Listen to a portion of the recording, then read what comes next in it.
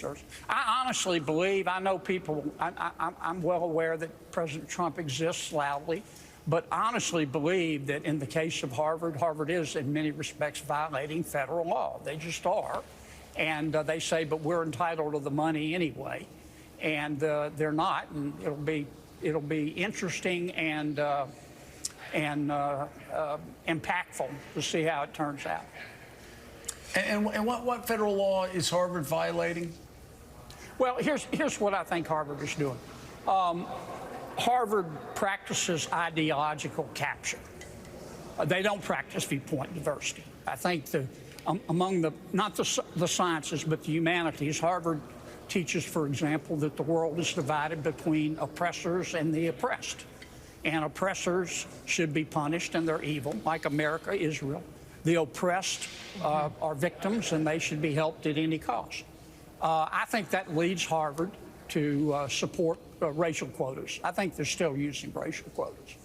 I think that supports Harvard to believe in diversity, equity, inclusion, and the right to harm the Jewish people. And I think that violates most of the civil rights laws. Now, the way out of this, the federal government said, look, Harvard, are you doing this? Harvard says no. The government says, well, how do we know that? And Harvard says, I give you a pinky promise. Maybe we were at one time, but we're not anymore. What Harvard needs to agree to is a monitor, a monitor that they pick. And Trump has offered this to them. Let Harvard pick a monitor to verify that they're not breaking federal law. Now, the federal government would have a veto power over the monitor, and that, to me, is the short way home. But I don't think Harvard's going to do that.